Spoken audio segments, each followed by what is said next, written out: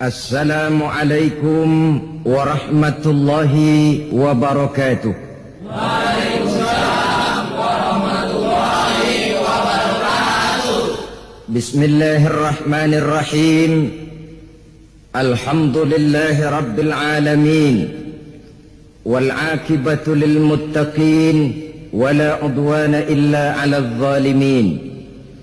Wassalatu wassalamu ala ashrafil anbiya'i wal mursalin, imamil muttaqin, sayyidil ghurril muhajjalin, wa ala alihi wa ashabihil mujahidin at-tahirin, amma ba'du.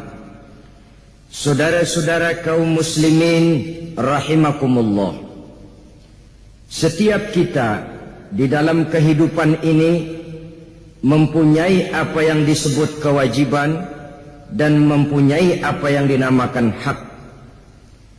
Keduanya selalu berjalan seiring, di mana yang satu tidak bisa dipisahkan dengan yang lain. Hanyalah jikalau kita sudah melaksanakan satu kewajiban, maka kita berhak untuk menuntut hak. Dan hanyalah jikalau kita mau menuntut suatu hak, tidak lain oleh karena kita merasa sudah melaksanakan kewajiban itu. Yang satu bisa menimbulkan yang lain, tapi yang satu tidak bisa dipisahkan dengan yang lain. Orang yang lebih menitik beratkan kepada melaksanakan kewajiban dengan tidak begitu mengiraukan haknya, maka ini adalah kalau tidak orang bijaksana, mungkin orang tertindas. Sebaliknya, orang yang lebih mendahulukan haknya dengan melupakan kewajibannya, maka ini dinamakan orang tidak tahu diri. Sedangkan orang yang menuntut haknya sesuai dengan kewajiban yang dilaksanakannya, maka inilah orang yang adil. Pada satu sisi, kita misalnya mempunyai hak untuk bersuara, mempunyai hak untuk mengemukakan pendapat, mempunyai hak untuk berserikat dan berkumpul. Tapi pada sisi lain, kita juga mempunyai kewajiban untuk menjaga kemaslahatan bersama, ketenangan, keamanan, dan ketertiban. Apabila yang satu sudah lebih berat dari yang lain, maka dampak negatifnya segera akan timbul. Pada pertemuan kali ini, kita akan membicarakan sebuah hadis dari Rasulullah SAW yang diriwayatkan oleh Imam Muslim, yang menyatakan tentang hak-hak muslim di dalam kehidupan ini. Beliau bersabda, hakul muslimi alal muslimi sittun. Hak seorang muslim terhadap muslim lainnya ada 6 perkara.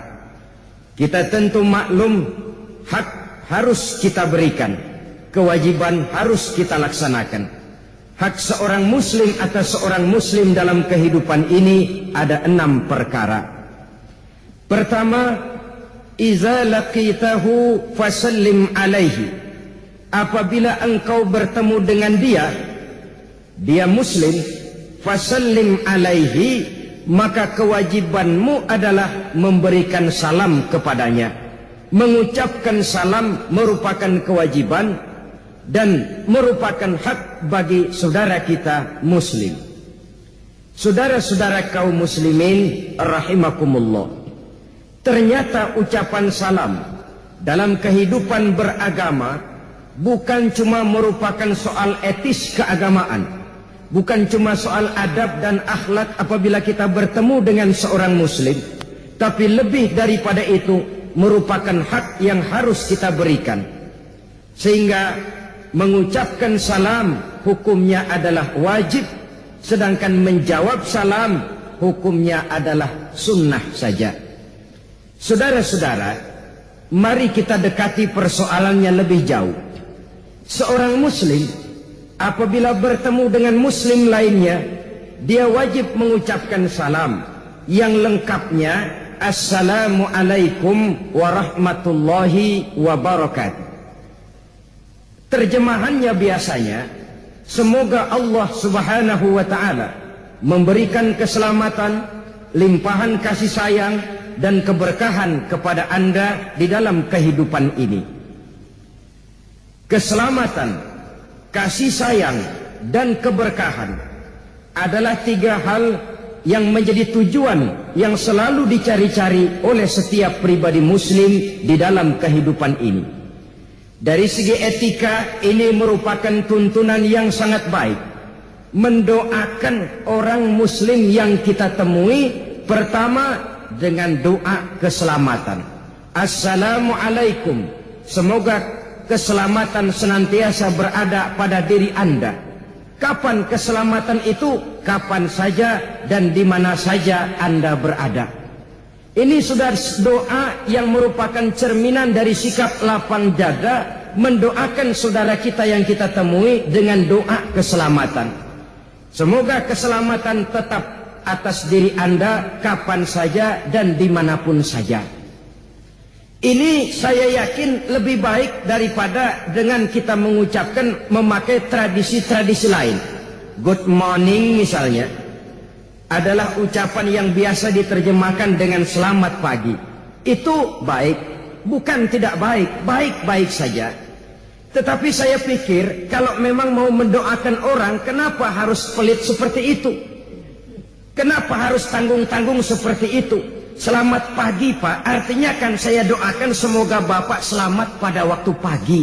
Perkara nanti siang Bapak ketabrak mobil, itu bukan urusan saya lagi. Kayaknya kok ngedoain pelit betul. Islam mengajarkan kita berlapang dada. Assalamualaikum, keselamatan bagi Tuhan. Kapan saja dan di mana saja Tuhan berada, semoga Allah senantiasa memberikan keselamatan. Bukankah setiap kita, kemanapun saja kita akan pergi, dimanapun saja kita berada, senantiasa mengharapkan yang namanya keselamatan ini. Rasanya bagaimanapun banyak harta kita miliki, bagaimanapun bagus rumah kita tinggali, bagaimanapun tinggi kedudukan yang kita pegang, jikalau diri ini jauh dari keselamatan, hidup tidak akan pernah membawa ketenangan dan ketentraman. Kemana saja kita senantiasa menginginkan selamat. Sejak dari dunia ini sampai ajal datang merenggut nyawa, masuk kita ke alam kubur atau alam barzah, di sana pun kita ingin mendapat keselamatan. Dibangkitkan kita berkumpul di padang mahsyar, di sana pun kita ingin mendapat keselamatan. Dihisab kita di mizan, di sana pun kita ingin beroleh keselamatan. Berjembat kita di atas sirat, di situ pun kita ingin mendapat keselamatan, sampai pada akhirnya masuk ke dalam surga. Keselamatan di dunia ini barangkali kita bisa usahakan kalau duit kita rada banyakan dikit.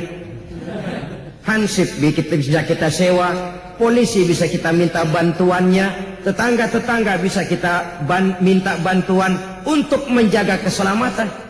Tapi setelah kita masuk ke alam barzah, bahkan dimulai sejak datang malaikat maut, kalau malaikat maut datang dan kita ingin selamat, tidak ingin dicengkeram oleh malaikat maut, hansip mana yang kuat lawan itu yang satu itu? Tentara dan polisi mana yang sanggup menghadapi malaikat maut? Masuk kita ke alam barzah, pasukan PBB sekalipun tidak akan tahan untuk memberikan keselamatan jikalau kita sudah masuk ke alam barzah. Berkumpul lagi kita di padang mahsyar, siapa yang bisa memberikan keselamatan? Lewat kita di atas sirat, kemana hendak mencari dan minta tolong agar kita selamat? Padahal kita terus dan selalu ingin memperoleh keselamatan itu. Oleh karenanya, ini merupakan doa manakala kita bertemu dengan seorang muslim. Assalamualaikum, keselamatan atas kamu. Efek psikologisnya, pengaruh batiniahnya lain. Kalau kita berada di luar negeri, bertemu dengan saudara kita, dia mengucapkan selamat pagi mas, dalam hati, oh ya teman sebangsa setanah air. Tapi kalau sudah bertemu dengan seseorang, dia mengucapkan assalamualaikum, kesan batinnya jauh lebih dalam. Ya Allah, ini muslim, saudara saya, seiman, sekeyakinan, senasib, seperjuangan. Ada kesan lebih mendalam dari ucapan salam ini. Di samping rasa lebih mendekatkan rasa cinta karena mendoakan keselamatan. Maka pantas kalau Nabi sangat menganjurkan kita menebarkan salam. Beliau bersabda, ya ayyuhan nas ufsus salam wasilul arham wa sallu bil laili wan nasu niyam tadkhulul jannata bisalam. Wahai manusia, ufsus salam, tebarkanlah salam. Kemanapun saja kamu berada, berikan salam kepada saudaramu muslim. Jangan menunggu karena kita lebih tua. Kan gua tuaan, pengen tahu kalau dia kagak ngucapin salam duluan, gua diem aja dah. Kata Nabi, dua orang muslim apabila bertemu, yang terbaik adalah yang lebih dulu mengucapkan salam. Jadi bukan soal tuaan mudaan, yang terbaik di antara dua orang muslim apabila bertemu, yang lebih dulu mengucapkan salam. Demikian penting menebarkan salam ini. Nabi katakan ufsus salam, tebarkan salam di antara kamu. Kalau kita ambil pengertian harfiahnya, menebarkan salam artinya gemar mengucapkan assalamualaikum kepada saudara kita muslim yang kita temui. Dalam pengertian hakikinya, menebarkan salam artinya hidup senantiasa menebarkan perdamaian, ketenangan, keamanan, kemaslahatan di tengah masyarakat. Pantang seorang muslim jadi biang kerok di tengah masyarakatnya. Kemanapun dia pergi, dia selalu menebarkan kedamaian, ketenangan, keamanan, dan tidak menjadi biang kerok bagi lingkungannya. Sehingga kalau dia ada, orang gembira. Kalau dia tidak ada, orang cari. Kalau dia bersedih, kalau dia pergi, orang pun bersedih. Sebaliknya, yang namanya mental kerok, kalau dia ada, orang susah. Di mana aja kalau dia ada, orang susah. Ada dia, kacau dan ini kacau dah. Di mana saja kalau dia ada, mesti yang timbul kekacauan. Kalau dia nggak ada, orang girang. Kalau dia pergi, orang malah gembira. Kalau dia mati, nggak ada yang meneteskan air mata, malah orang bersyukur. Itu tanda di antara tanda-tanda kerok, menebarkan kedamaian. Saudara-saudara, sampai-sampai dikatakan mencuri salam itu bagus. Ya, di antara mencuri, yang bagus adalah mencuri salam. Ini jangan salah paham. Dulu ada santri ngajinya ngantuk. Kata kiainya, anak-anak mencuri salam itu bagus. Karena ngaji sambil ngantuk, salah dengar. Dia dengar mencuri ayam bagus. Sudah pulang habis ayam tetangga. Ketika ditangkap, kenapa kamu mencuri ayam? Kata kiai, mencuri ayam itu bagus. Bukan kiainya ngajarin mencuri ayam bagus, ngajinya ngantuk. Maksud mencuri salam itu bagaimana? Misalnya kita sedang lewat, ada orang mau bertamu ke rumah yang kita lewati itu. Di depan pintu dia mengucapkan assalamualaikum. Kita sambil lewat menjawab waalaikumsalam. Tanpa setahu dia, itu namanya mencuri salam. Dan di antara mencuri, yang bagus cuman mencuri salam. Saudara-saudara kaum muslimin rahimakumullah. Pesan Nabi yang pertama tadi, ufsus salam, tebarkan salam. Yang kedua, wasilul arham, bersilaturahmi di antara kamu. Yang ketiga, wasallu bil laili wan nasu niyam, dan sembayanglah di keheningan malam pada waktu manusia sedang tidur. Kalau tiga ini kamu laksanakan, tadkhulul jannata bisalam, kamu akan masuk surga dengan aman, kamu akan masuk surga dengan selamat. Syaratnya tiga tadi itu. Pertama, ufsus salam, tebarkan salam, tebarkan kedamaian dan ketenangan di tengah masyarakat. Yang kedua, ikat tali silaturahmi. Yang ketiga, bangun di keheningan malam pada saat orang lain sedang tidur. Ini bangun tengah malam sembahyang pada saat orang lain tidur berat, saudara-saudara. Kita kadang-kadang pengen juga sih nyobain. Niat ntar malam nih bangun mau sembahyang malam, setel beker. Begitu jam 2 beker bunyi kerining, kaget kita bangun, duduk. Bukan ke wudu, bukan ngambil air wudu, bukan sembahyang, duduk matiin beker, pules lagi. Ini memang sesuatu yang sangat berat, tetapi inilah yang harus kita laksanakan. Kalau kita ingin, kata Nabi, tadkhulul jannata bisalam, masuk surga dengan aman dan dengan selamat. Saya kembali kepada masalah pokok. doa kita yang pertama yang merupakan hak saudara kita muslim dan kewajiban kita sebagai muslim, mendoakan saudara kita untuk mendapat keselamatan. Tidak ada hasud, tidak ada iri, tidak ada dengki hati. Kemanapun saudara kita akan pergi, dengan tulus kita mengucapkan Assalamualaikum, semoga Allah senantiasa memberikan limpahan keselamatan kepada kamu bersemua. Ini luar biasa. Lebih daripada sekadar etika kehidupan beragama, dia merupakan hak dan merupakan kewajiban yang seiring, di mana yang satu saya katakan tadi tidak bisa dipisahkan dengan lainnya. Lalu yang kedua, warahmatullah, semoga kamu selalu mendapat limpahan kasih sayang dari Allah. Rahmah biasa diartikan dengan kasih sayang. Kasih sayang, dua kalimat menjadi satu, menjadi kata majemuk, kasih dan sayang. Apa bedanya sih? Saudara-saudara, setiap kita ingin dikasih oleh Allah dan ingin disayang oleh Allah. Perbedaannya apa? Orang yang dikasih belum tentu disayang, tapi orang yang disayang biasanya selalu dikasih. Kalau tidak dikasih, tentu ada pertimbangan lain untuk kepentingan orang yang dikasihi itu. Kalau soal pengasih, Allah Maha Pengasih, semua saja dikasih oleh Allah itu. Soviet itu kan dedengkotnya komunis, Cina bapak moyangnya komunis, tapi kehidupan masyarakatnya maju, mereka dapat rezeki, mereka mengalami kemajuan di bidang teknologi dan lain sebagainya. Kenapa? Soal pengasih mah Allah tidak pilih kasih, siapapun saja dikasih. Orang mau sujud atau tidak, orang mau bersyukur atau tidak, orang mau puasa atau tidak, bahkan orang mau beriman atau tidak, kalau soal dikasih semuanya dikasih. Tapi yang dikasihkan belum tentu disayang. Bahwa komunis dapat rezeki, ya. Bahwa orang-orang kafir banyak yang hidupnya kaya, memang mereka semuanya dikasih, tapi dikasih belum tentu disayang. Nah, orang yang rajin sujud, orang yang melaksanakan puasa di bulan Ramadan, orang yang dekat dengan Allah, mereka dikasihi, disayangi oleh Allah Subhanahu wa ta'ala. Kalau disayang oleh Allah, tentu dikasih. Kalau tidak dikasih, ada pertimbangan lain untuk kepentingan orang yang dikasihi itu.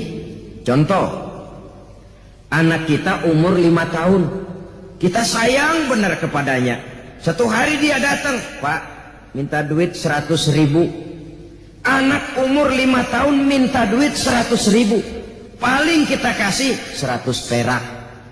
Kenapa? Umurnya baru 5 tahun. Apa artinya uang 100.000 kalau jatuh di tangan anak berumur 5 tahun? Makin dewasa dia akan semakin besar pemberian kita. Kenapa? Pada saat itu pemberian kita sudah bisa dipertanggungjawabkan. Begitulah kita dalam pandangan Allah. Kalau minta rezeki, belum pernah saya dengar ada orang Islam minta rezeki, ya Allah berikanlah saya rezeki dikit aja ya Allah. Belum pernah. Kalau sudah minta rezeki mesti luas, banyak, halal. Tapi kadang-kadang kita udah pegal nungguin, belum juga datang tuh rezeki. Pikir-pikir gua kan rajin banget sembahyang, apa rezeki seret banget, gua perek lagi apa sembahyang. Saudara-saudara kaum muslimin rahimakumullah, ada pertimbangan lain untuk kemaslahatan kita. Allah toh senantiasa memberikan yang terbaik untuk kita. Cuma kita saja yang tidak tahu rahasia di belakang itu. Adalah di zaman dahulu, menurut satu dongeng, seorang pemuda tampan, gagah, menarik, tapi sayang matanya buta. Dia mengeluh, Tuhan, apa dosa saya? Sejak terlahir ke alam ini, saya tidak bisa menyaksikan keindahan alam. Bila sang surya terbit di kaki langit sebelah timur, sementara kokok ayam di kandang dan kicau murai di dahan menambah semaraknya suasana pagi, saya tidak bisa menyaksikan keindahan yang demikian itu.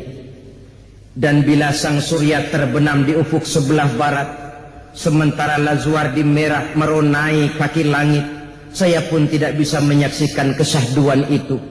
Apa dosa dan salah saya, Tuhan? Kenapa saya dilahirkan dalam keadaan buta? Satu hari desa tempat anak muda buta itu tinggal diserbu oleh orang-orang Baduy, orang-orang Badiah pegunungan. Beberapa pemuda diculik, termasuk anak muda yang buta itu, dibawa ke pegunungan oleh suku yang masih primitif ini. Dan suku yang primitif ini yang menculik para pemuda tadi adalah kanibal, kanibalis, orang-orang yang suka makan daging manusia. Pemuda-pemuda ini rencananya akan disajikan menjadi makanan raja, semacam kepala suku lah. Maka supaya dagingnya lezat, gemuk, ini para pemuda dirawat baik-baik, diberikan tempat tidur yang bagus, pakaian yang bagus, makanan yang serba cukup, menu yang lengkap, gizi yang komplit. Pokoknya sejak ditangkap itu pemuda makan enak, kerjanya cuma makan tidur, makan tidur. Supaya apa? Supaya gemuk, nanti di buburnya, di sopnya kan legit. Sudah sampai pada waktunya, pemuda itu seorang demi seorang disembelih, dimakan, disantap oleh raja.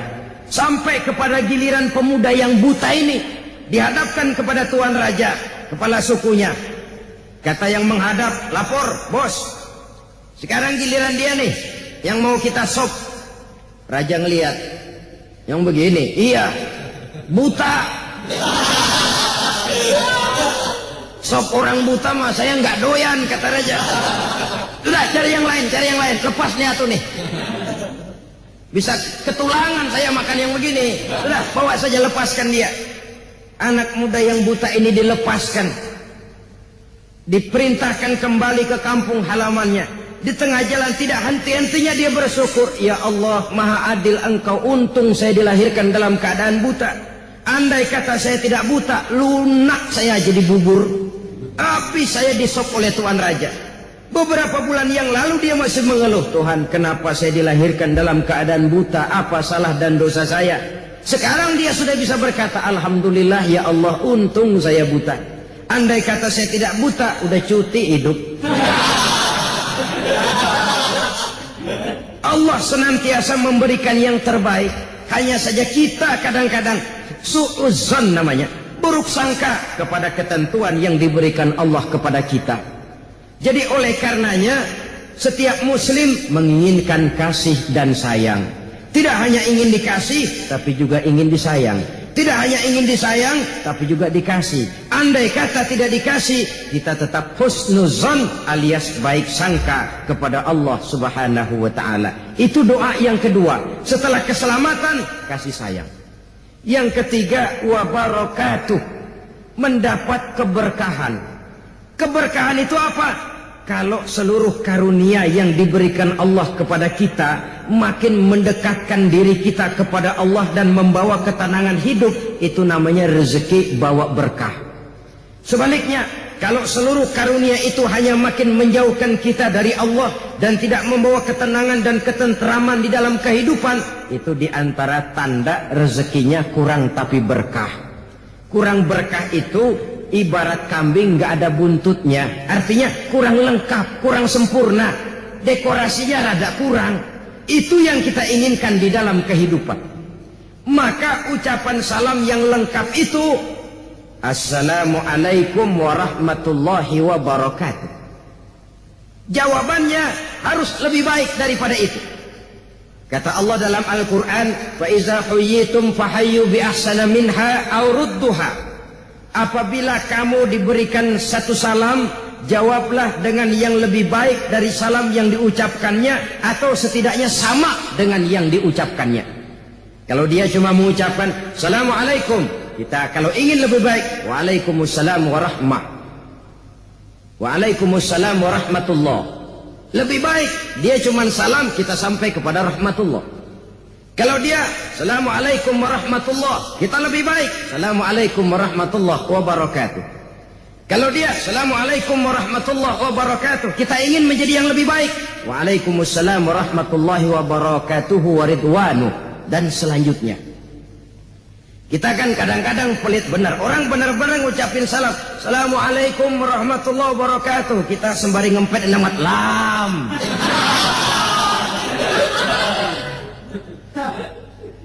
Jawaban harus lebih baik, atau kalau tidak aurudduha, sama dengan salam yang diucapkan kepada kita itu. Assalamualaikum, waalaikumsalam. Setidaknya sama, seri. Kalau tidak mau lebih baik, karena yang lebih baik itu tentu yang lebih besar pahalanya. Saudara-saudara kaum muslimin rahimakumullah, ini adalah hak yang harus kita berikan kepada saudara kita muslim. Idza laqitahu fasallim alaihi, apabila kamu bertemu dengan dia ucapkanlah salam, doakan keselamatan untuknya. Satu. Yang kedua, wa iza da'aka fa'ajibhu, kalau dipanggil wajib menjawab. Kalau diundang wajib datang, sepanjang tidak ada alasan yang bersifat syar'i, alasan yang dibenarkan oleh hukum syara seperti sakit atau alasan-alasan lain yang memang merupakan syar'i sifatnya.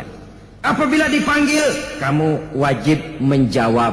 Menjawab panggilan tentu bersesuaian dengan orang yang kita hadapi. Kalau yang manggil kedua orang tua kita, agama mengajarkan anak yang baik menjawab labbaik. Nak, kemari nak, labbaik bu, atau iya bu, atau saya bu. Tidak lantas termasuk ucapan yang kasar. Kalau di kampung, dul sini dul, oi, oi, ini juga ucapan yang tidak baik. Sudah, oi, kadang-kadang ada tambahannya lagi. Dul, oi, ngapain sihnya? Kacau bener kacau lagi. Menjawab dengan jawaban yang baik. Kalau diundang wajib datang. Mengundang itu diajarkan oleh agama. Misalnya kita mengadakan walimah, mengawinkan anak, kita diharuskan mengundang. Yang diundang wajib datang. Bertahniah namanya. Tahniah itu ikut bersuka cita. Kalau takziah ikut berduka cita. Jadi kalau kita ngelawat, istilah kita di kampung, mendatangi orang meninggal, itu namanya takziah, ikut berduka cita. Tapi kalau kita datang kepada satu resepsi perkawinan, itu disebut tahniah, ikut bersuka cita.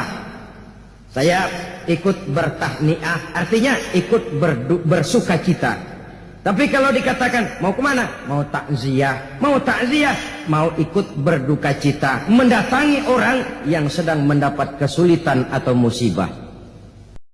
Saudara-saudara kaum muslimin rahimakumullah, hak yang ketiga yang harus kita berikan kepada saudara kita muslim, wa izastansahaka fansahhu, apabila dia datang memintakan nasihat kepadamu, berikanlah nasihat itu. Ini merupakan hak, sebab agama mengajarkan tawasau bil haq wa tawasau bis sabr. Hendaklah kamu saling nasihat menasihati di dalam kebenaran, dan hendaklah kamu saling nasihat menasihati dengan cara yang sabar.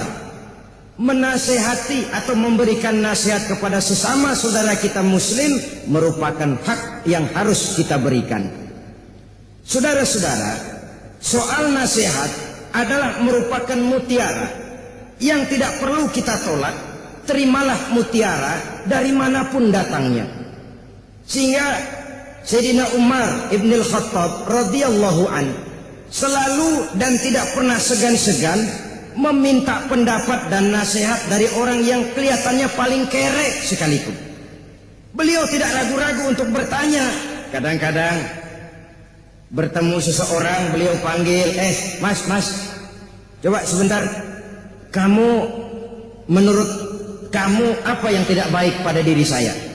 Menurut kamu apa yang tidak baik pada diri saya? Kadang-kadang beliau bertanya, apakah kamu melihat pada diri saya ada tanda-tanda orang kafir? Kalau diberitahu, beliau bukan main gembiranya, lalu berusaha memperbaikinya. Kita jangankan jangankan meminta diberitahu, orang lain memberitahu kadang-kadang marahan kita. Ngapa jadi gua lu bilangin? Lamaan juga gua jadi orang sama lu. Udah kenyang makan asam garam, lu sunat gua yang mangkuk. Saudara-saudara, inilah salah satu letak kekeliruan kita. Menolak mutiara hanya oleh karena dia datang dari orang-orang yang statusnya di bawah kita, yang levelnya kita anggap rendah, kita anggap remeh, kita anggap kere. Padahal agama mengajarkan huzil hikmata wa la yadurruka min ayyi wi'ain kharajat. Ambillah hikmah, ambillah mutiara, jangan peduli dari manapun saja datangnya. Sikap objektif. Walaupun itu diucapkan oleh seorang budak yang hitam legam, kalau memang merupakan satu kebenaran harus kita ambil. Dan lebih daripada itu, setiap kita dalam menghadapi persoalan pada waktu tertentu ketika menimpa diri kita, kita buntu, kita perlu nasihat, kita perlu pandangan, kita perlu saran dari orang lain. Sama juga orang kelilipan matanya. Kalau orang lain kelilipan, gampang benar kita tiupin. Tapi giliran kita kelilipan, bukankah kita perlu orang lain untuk niupin mata kita? Seperti juga tukang cukur. Pada saat rambut orang lain panjang, dia bisa betul dan ahli sangat menatanya. Tapi giliran rambut dia sendiri yang panjang, dia perlu bantuan orang lain untuk merapikannya. Begitulah kehidupan ini. Kita kadang-kadang dalam hidup berbentur dengan banyak problema, berbentur dengan berbagai macam persoalan, sejak menyangkut masalah anak, istri, lingkungan keluarga, masalah ekonomi, masalah usaha, bidang pekerjaan, kegiatan sehari-hari, masalah organisasi, dan lain sebagainya. Kadang-kadang kalau untuk orang lain kita bisa bicara, tapi kalau sudah berhadapan dengan persoalan diri sendiri, kita sering buntu. Dikala itulah kita perlu nasihat, saran, pandangan dari teman sejawat, seiring, dari orang lain, sesama muslim. Dan teman yang baik itu khairul ashabi mayyadulluka alal khair. Teman yang paling baik yang selalu menunjuki kamu kepada kebaikan. Menunjuki kebaikan walaupun dia sendiri barangkali bukan orang yang baik, tapi dia bisa menyelamatkan orang lain. Dia sendiri tukang mabuk umpamanya, tapi ketika temannya teler, lo jangan teler, lo jangan dah, jangan. Jangan. Lalu sendiri kemarin gua mah gua, lu jangan lo. Ya dia sendiri begitu, tapi paling tidak dia bisa masing-masing mau menyelamatkan orang lain. Ini masih lebih baik daripada sudah nggak bisa nyelamatin orang lain, ngebon lagi. Ngebon mau mabuk nyambat. Saudara hadirin yang saya hormati, wa izas tansohaka fansohu, apabila dimintakan kamu nasihat, berikan dia nasihat. Bukankah nasihat ini juga merupakan satu hal yang kita perlukan dalam kehidupan? Walaupun nasihat perbuatan lebih tajam akibatnya daripada nasihat ucapan. Nasihat berupa perbuatan. Kita dalam hidup ini selalu dapat nasihat. Ada nasihat yang datang dari luar diri kita. Apa yang datang dari luar diri kita? Semua yang kita lihat, semua yang kita saksikan, segala yang kita dengar. Kalau mau kita mengadakan analisa, itu kan nasihat. Oh, si Ano itu begitu-begitu, akibatnya kok begitu ya? Nasihat.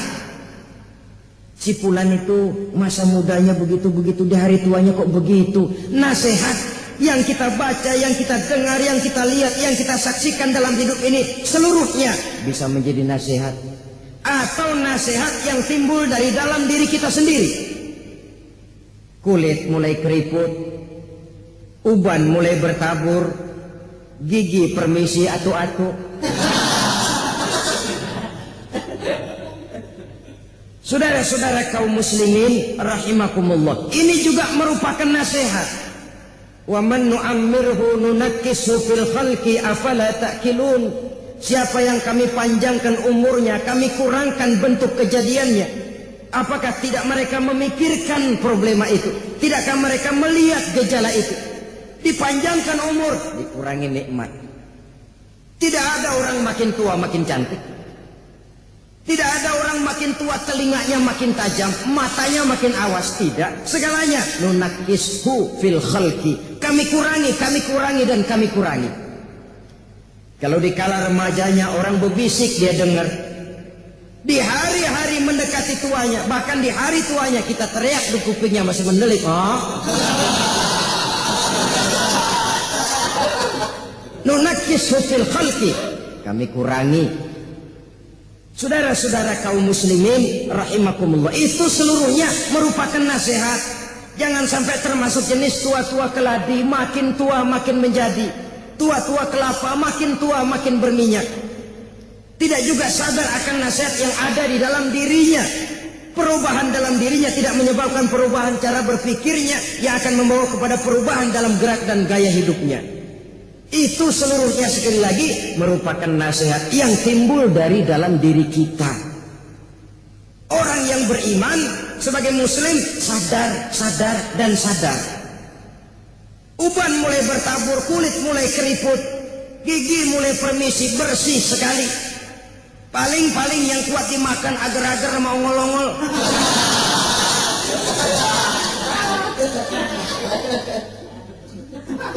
Bukankah itu merupakan satu nasihat pertanda bahwa kereta akan segera berangkat? Fluid sudah ditiup.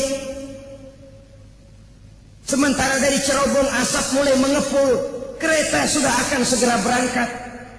Kalau pada saat kereta berangkat kita masih saja berdiri di luar gerbong, pada saat kereta mau berangkat, pada saat ajal mau datang kita masih hidup di luar agama, kita akan ketinggalan kereta. Akibatnya sudah bisa dibayangkan, kita akan tersesat, terlantar, orang lain sampai ke tujuan, kita masih bengong nungguin kereta, padahal kereta sudah berangkat, kita yang tertinggal. Alangkah malangnya orang-orang yang tidak mau sadar bahwa fluid sudah berbunyi, bahwa asap sudah mengepul dari cerobong kereta, pertanda kereta akan segera berangkat. Dia masih tenang-tenang saja berdiri di luar gerbong. Umurnya makin tua tapi dia makin tidak mau dekat dengan agama, berdiri di luar gerbong, itu yang saya maksud. Sampai dikala ajal datang juga dalam keadaan su'ul khatimah, jelek di penghujungnya. Tertinggal dia oleh kereta, kembali menghadap Allah di luar jangkauan hidup beragama. Na'udzubillah summa na'udzubillah. Maka saling nasihat menasehati hendaknya di dalam kebenaran, jangan di dalam kebatilan. Kalau mau rusak, jangan merusak, rusaklah sendiri. Tapi kalau mau jadi orang baik, harus memperbaiki. Rusak tapi masih mau memperbaiki, lebih baik daripada sudah rusak, merusak lagi, tidak mau memperbaiki. Nasihat menasihati di dalam kebaikan dan di dalam kebenaran dengan cara yang sabar. Jangan nasihatin juga tapi urusan yang mungkar. Kalau mau bongkar rumah dia jangan jam 11, dia masih melek. Oh nasihatin nih jam 2 dah. Itu nasihat juga tapi urusan yang munkar. Nasihat menasihati di dalam kebenaran dan dengan cara yang sabar. Demikian yang ketiga. Yang keempat, saudara-saudara, hak muslim itu wa iza atisha fahamidallaha fasammithu. Apabila dia bersin, bangkis, lalu dia memuji Allah, fasammithu, balaslah pujiannya dengan ucapan yarhamukallah. Lebih dari sekedar etika saya katakan tadi, ini juga doa. Kenapa? Bersin tanda di antara orang sehat, ya. Tapi bersin yang wajar, bangkis yang wajar. Kalau 3 hari 3 malam bangkis terus memang bengek, bukan wajar itu. Apabila dia bersin, yang bersin mengucapkan alhamdulillah. Kenapa? Itu nikmat. Kan paling nggak enak bangkis urung, mau bersin nggak jadi, nyakitin beneran, ngebet banget. Mulut udah mangap, nggak jadi juga bangkis. Bisa bangkis, bisa bersin, itu satu nikmat. Mendapat nikmat harus mengucapkan alhamdulillah. Ini etika. Bangkis kita bersin, umpamanya alhamdulillah. Itu saudara kita. Kita sebagai muslim memberikan haknya. Apa yang kita ucapkan? Fasammithu yarhamukallah, kata kita. Allah mengasihani kamu. Allah mengasihanimu dengan memberikan kesehatan. Kamu bisa bersin. Bersin itu nikmat. Allah mengasihanimu, maka kamu bisa bersin. Saudara, pernah terjadi seorang kaya dirawat di rumah sakit dengan biaya yang mahal, operasi besar sampai memakan biaya tidak kurang 3 juta rupiah. Kenapa? Cuma soalnya satu saja, tidak bisa buang angin. Perutnya sakit, rasanya gembung, buang angin tidak bisa. Operasi 3 juta biayanya. Harga buang angin 3 juta kalau mau tahu. Cuma ngebelain supaya bisa buang angin 3 juta. Bisa buang angin itu merupakan satu saluran untuk menghilangkan penyakit yang ada di dalam perut. Harganya kalau harus operasi besar 3 juta, saudara-saudara. Termasuk bangkis ini, bersin. Sebagai muslim kalau kita yang bangkis bersin, kita mengucapkan alhamdulillah. Kita yang mendengar yarhamukallah. Lalu si yang bangkis kembali mendoakan yahdi bikumullahu wa yuslihu balakum. Alangkah indahnya agama ini. Sampai undang-undang bangkis ada. Ya. Bukan cuma undang-undang bagaimana jual beli, sewa menyewa, pinjam meminjam, berumah tangga, bertetangga. Demikian komplitnya ajaran Islam. Ada undang-undang bangkis. Agama mana di dunia ini yang punya undang-undang bangkis? Pasal 1, kalau bangkis harus mengucapkan alhamdulillah. Lebih etis lagi kalau mulutnya agak sedikit ditutup. Jangan mentang-mentang itu nikmat lalu terbuka benar sampai hujan lokal. Yang kedua, buat yang mendengar harus mendoakan dengan yarhamukallah.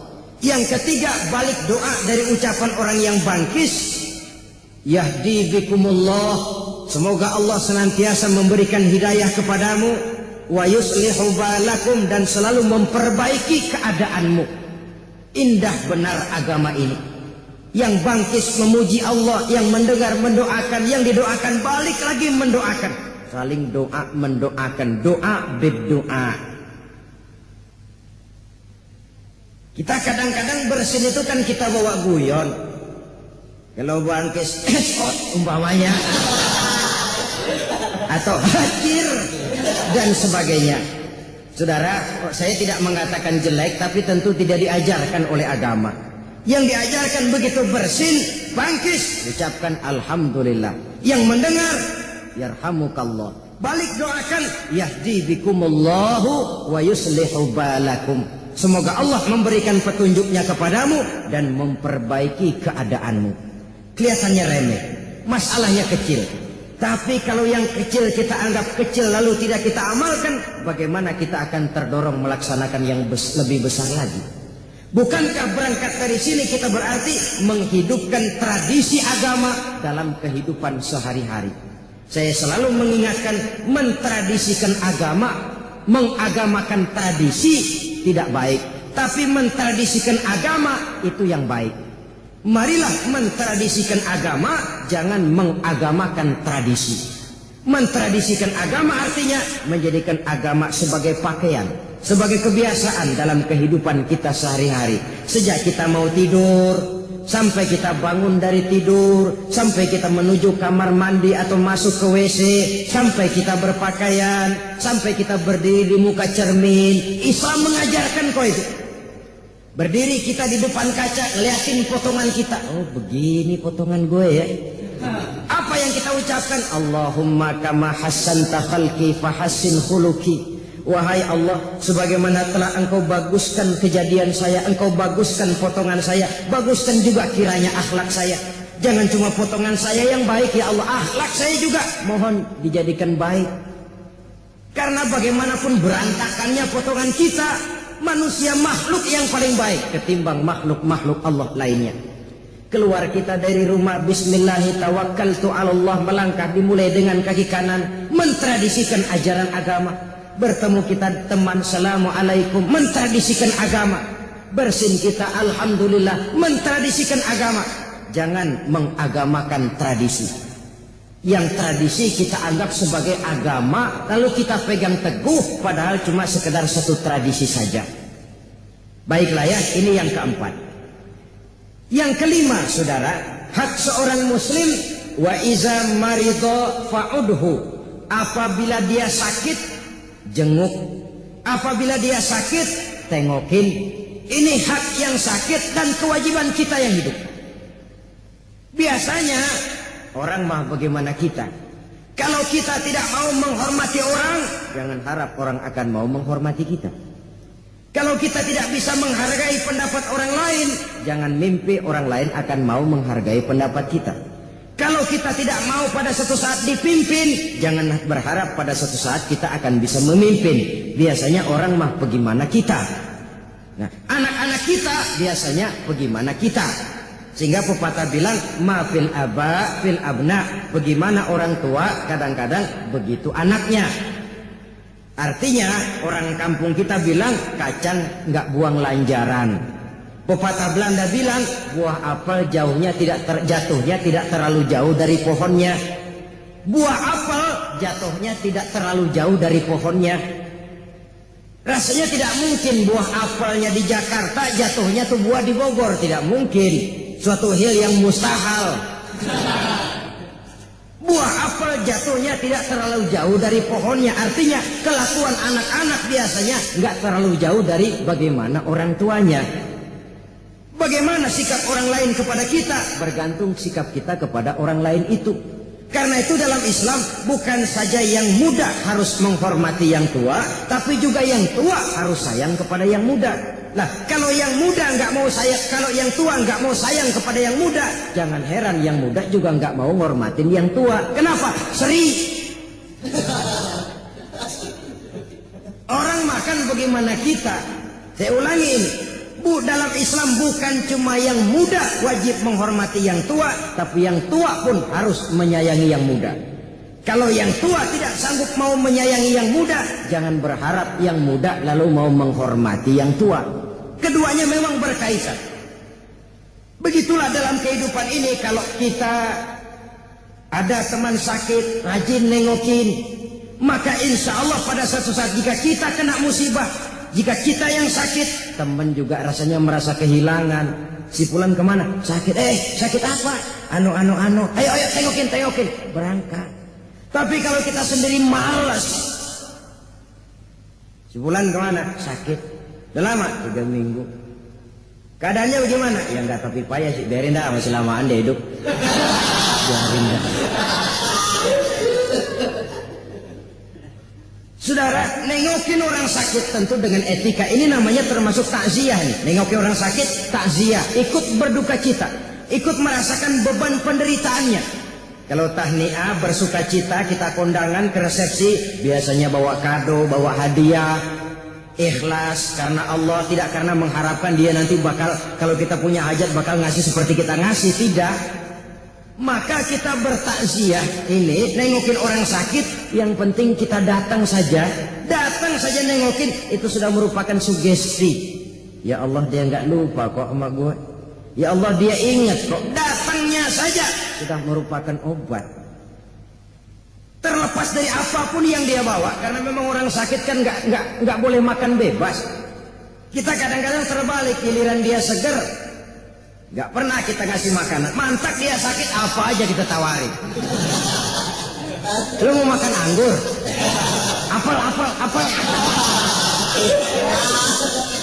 Giliran lidahnya pahit, dadakan apaan aja ditawarin. Waktu dia sehat, apa kata kue simpring diumpalin. Baru kita tawarin makanan enak, giliran dia sakit. Ya tapi itu toh baik. Hanya saja alangkah idealnya dalam keadaan sehat, di mana walaupun makanan enak, tapi kalau kagak enak makan buat apa? Lebih baik enak makan walaupun makanannya sederhana. Enak makan sama makan enak lain, saudara. Makan enak, makanannya yang enak. Enak makan, ya memang lagi kemaruk kalau orang kampung bilang. Yang enak yang mana? Yang dua-duanya enak makan, makanannya enak. Nah itu nyetel tuh. Emang lagi enak makan, makanannya enak lagi, nggak nyisa dah. Sebaliknya enak makan, makanannya sederhana, masih habis juga, lumayan. Makanannya enak, tapi nggak enak makan, sakit deh tuh. Buat apa banyak makanan enak kalau kita nggak enak makan? Kita emang cerdik sih, giliran orang nggak enak makan, apaan aja kita tawarin. Lu sakit ya, emang pengen makan apa? Cempedak, duren. Giliran dia ampek, bengek, apa aja ditawarin. Saudara-saudara kaum muslimin rahimakumullah, kedatangan kita sudah merupakan sugesti. Belum lagi doa. Sakit apa? Oh, mudah-mudahan cepat sembuh, ini penyakit ringan kok. Insya Allah 2-3 hari lagi sudah keluar dari rumah sakit ini. Walaupun jenis penyakitnya berbahaya umpamanya, tapi ucapan itu sudah memberikan sugesti, dorongan untuk sembuh. Dan sugesti itu sudah separuh daripada obat zohir. Walaupun penyakitnya bahaya, jangan nengokin orang sakit, jujur. Sakit apa? Ini nih perut gatal. Oh emang teman saya kemarin begini nih, mati.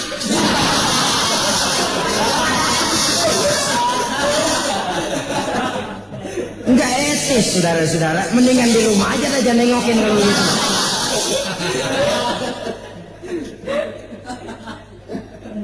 Omongan yang enak saja itu sudah merupakan satu doa yang tersendiri, yang merupakan sugesti bagi kesembuhan orang yang sakit. Bahkan kita tahu dari sejarah bagaimana Rasul diludahi oleh orang kafir, tapi pada saat orang kafir itu sakit, Rasul lebih dulu, Rasul yang lebih dulu nengokin. Bukan Abu Jahal, bukan Abu Lahab, sehingga orang kafir tadi tersentuh hatinya, insaf dan sadar akan kejelekan perangainya, masuk Islam di hadapan Rasul. Cuma oleh karena pada waktu dia sakit ditengoki oleh Rasulullah Shallallahu Alaihi Wasallam. Pengaruhnya, saudara-saudara, kalau kita lagi ngawinin anak, yang datang gampang kita lupa kok. Kenapa? Kita dalam suasana gembira. Tapi kalau kita lagi sakit, semua yang datang kita ingat benar. Kita ingat terbayang satu demi satu. Orang yang mengingat kita dikala kita sedang mendapat kesulitan akan jauh lebih kita ingat daripada orang yang menghubungi kita pada waktu kita dalam keadaan senang. Kenapa? Dalam kondisi senang kita tidak begitu banyak berpikir macam-macam. Tapi dalam kondisi prihatin, sakit, kita memerlukan teman. Mereka datang, itu yang kita ingat benar. Sehingga kesannya lalu tertanam dengan dalam di lubuk sanubari kita. Sehingga ini akan membawa akibat lebih eratnya nilai tali silaturahmi di antara sesama kita. Wa iza maridho fa'udhu, apabila sakit tengokin. Tapi ini ukuran maksimal. Yang saya maksud maksimal, jangan nengokin temen giliran dia sakit saja. Ini maksimal. Maksud maksimal, kalau teman sakit sampai nggak nengokin, emang kebangetan dah. Itu maksimal. Artinya apa? Bersilaturahmi, kunjung mengunjungi, tidak cuma pada waktu teman sakit, tapi merupakan satu keharusan di dalam kehidupan kita. Jangan sampai menunggu teman sakit. Kapan sih lo mau main ke rumah gue? Ntar deh ya kalau lo sakit. Ya tentu tidak mungkin seperti ini saudara-saudara. Kita adalah makhluk sosial, makhluk yang hidup bermasyarakat. Setiap kita perlu kepada yang lain. Bahkan hidup akan terasa nikmat karena banyaknya orang lain di sekeliling kita. Tidak seorang pun di antara kita yang mampu menutupi kebutuhan hidupnya secara sendiri. Jadi oleh karenanya teman dengan teman itu harus saling memerlukan. Mudah memang mencari teman di meja makan, katanya Nyianik. Mudah memang mencari teman yang bisa diajak tertawa. Mudah memang mencari teman yang bisa diajak senyum. Sampai penyair Arab Sauki mengatakan, in zada mali kullun nasi fulani, wa in qalla mali fala khillun yusahibuni. Kalau duit saya lagi banyak, siapa aja mau nemenin saya. Kalau kita lagi basah, siapa aja datang. Kalau kita lagi banyak rezeki, siapa saja ngakut saudara. Yang kita nggak kenal, ketemu baru tumben manggil encing. Ketemu baru itu encing kita dipanggil. Giliran kita lagi basah, tapi lagi kering, paceklik, bangkrut, bangpak, lalar, oga nemplok. Lalar sekarang ngati juga orang berduit. Saudara hadirin, ma'asyiral muslimin rahimakumullah. Wa iza maridha fa'udhu. Apabila sakit tengokin. Lebih-lebih kalau dia kondisinya miskin. Jangan kalau yang sakit kaya, rame-rame. Kalau perlu charter bis, nengokin ke rumah saya. Kenapa? Yang sakit bos. Tapi giliran yang sakit kere, yang nengokin atu. Kalau nggak pakai bajai ngetuk, capek banget dah. Terbalik saudara-saudara. Ya bos perlu ditengokin, tapi yang posisinya lebih susah dari kita, lebih perlu kita tengokin. Nengoknya kita sudah merupakan obat bagi dia. Yang keenam, yang terakhir, hak seorang muslim, wa iza mata fattabi'hu. Apabila dia mati, iringi jenazahnya. Kata Nabi, apabila kita datang nengokin orang meninggal, takziah, kemudian ikut nyembayangin, kemudian ikut ngantar ke kubur, maka dia akan mendapat pahala yang berat timbangannya 2 kali Jabal Uhud. Jabal Uhud satu bukit besar di Saudi sana, timbangannya 2 kali Jabal Uhud. Saudara-saudara kaum muslimin rahimakumullah, sejak takziah, ngikut nyembayangin, mengantar jenazah ke kubur, sampai selesai upacara penguburannya, diberikan pahala dengan timbangan seberat 2 kali Jabal Uhud. Sesuatu yang sangat luar biasa. Takziah, dia yang sudah meninggal memang tidak lagi bisa melihat kita secara zahir, tapi dia tahu, karena orang Islam mati bukan mati kayu, mati yang selesai lalu selesai begitu saja. Tidak. Karena itu mari kita jadikan satu kebiasaan, membantu keluarga yang mendapat musibah dan kesulitan menurut yang kita mampu. Takziah dengan adab, malam keluarga yang ditinggal kita tunggui dengan omongan nasihat yang baik, mentradisikan agama, membaca ayat-ayat suci Al-Quran, menghibur hati yang masih hidup, dan mengiringi yang sudah wafat dengan iringan doa. Sehingga dengan demikian baik hubungan kita kepada yang masih hidup, dan baik juga hubungan kita kepada yang sudah meninggal. Inilah yang kita bicarakan pada pertemuan ini, agak singkat barangkali, namun mudah-mudahan ada manfaatnya. Terima kasih atas segala perhatian, mohon maaf atas segala kekurangan. Usikum wa nafsi bitaqwallah. Wassalamualaikum warahmatullahi wabarakatuh.